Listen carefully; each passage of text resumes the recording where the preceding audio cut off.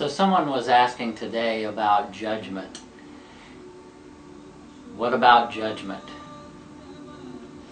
Well, from my perspective, judgment is something that's inherent in the human body. It's an inherent human aspect of the human brain.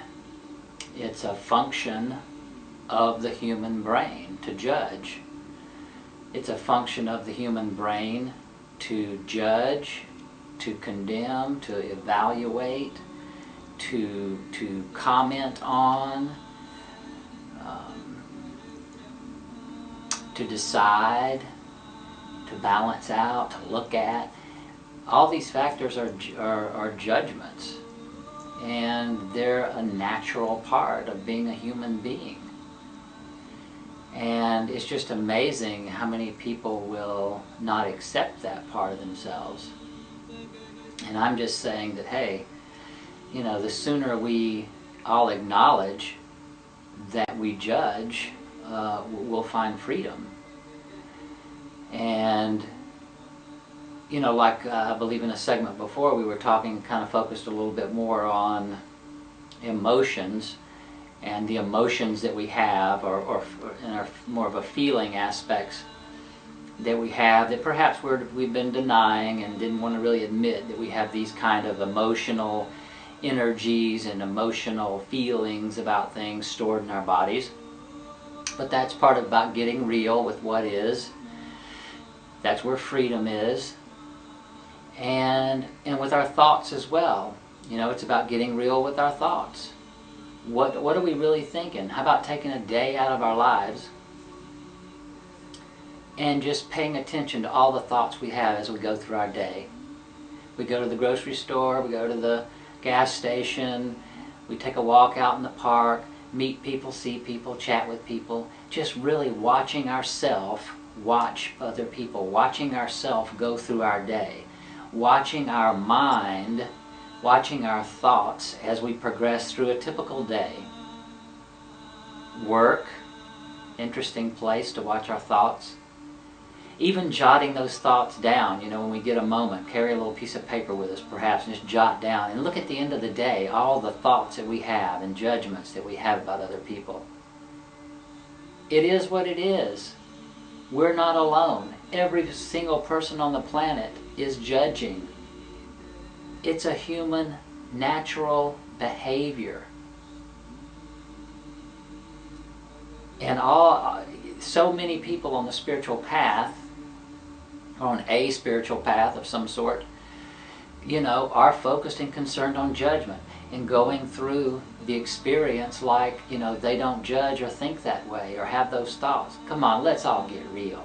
This is where reality, you know, rubber hits the road. We do.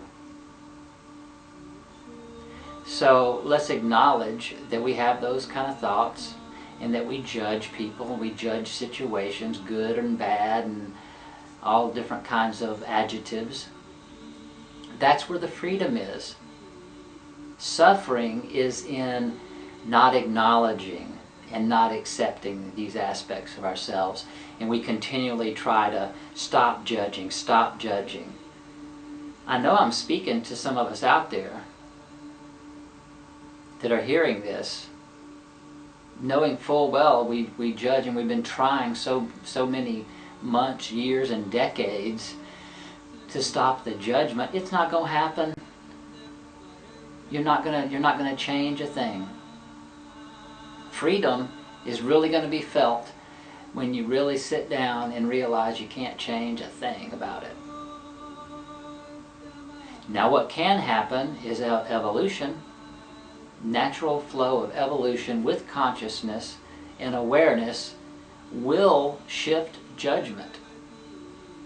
But the first step is owning that we judge. We judge constantly. There are people out there right now judging this. So own it. Yeah, I'm judging. Look at this guy, blah, blah, blah, blah, blah. I'm judging this idea he's got, blah, blah, blah, blah, blah. Great.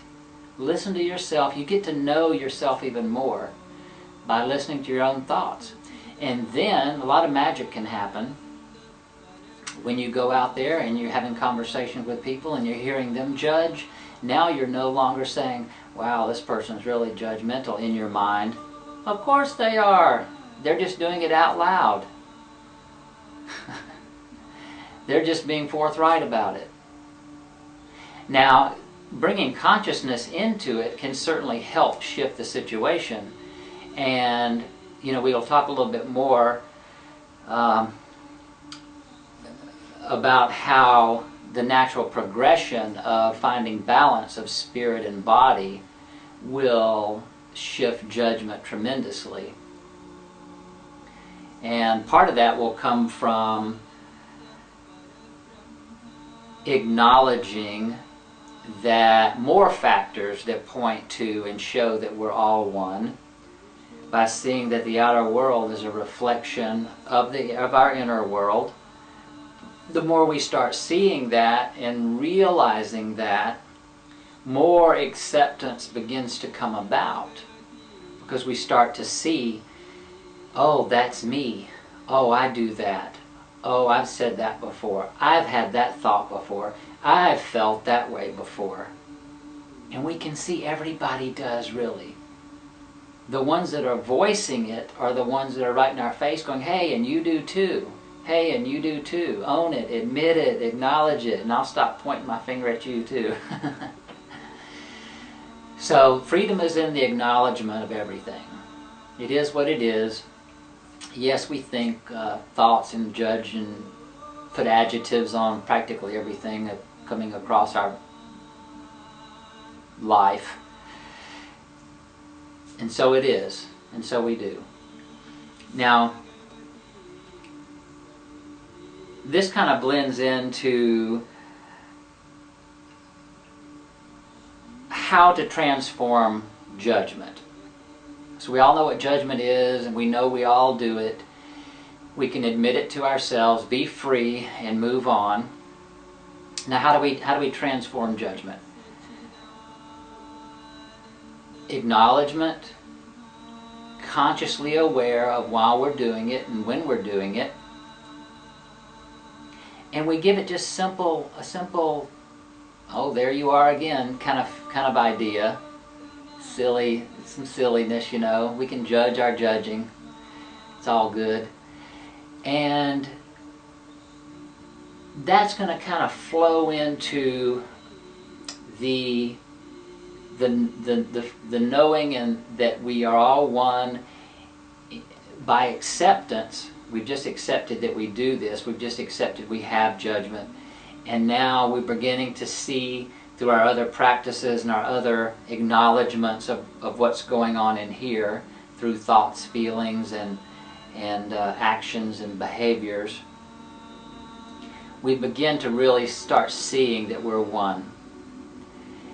And it really starts correlating with, you know, the idea that we use just 5% of our brain and 95% is the unknown. Really, freedom is in the unknown part. That's real freedom is. Our little human, it can almost be seen as like our human aspect.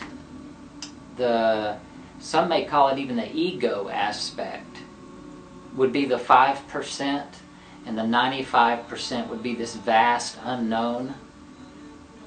It really does seem to correlate with the brain and that whole idea, because that's really where the balance could come into place more. Just think, if we can be pulling more from the unknown, and we do it all the time on some levels with intellect and book knowledge and intellectual knowledge, we dive into an area that we don't know, we read about it, we learn about it, and it becomes known.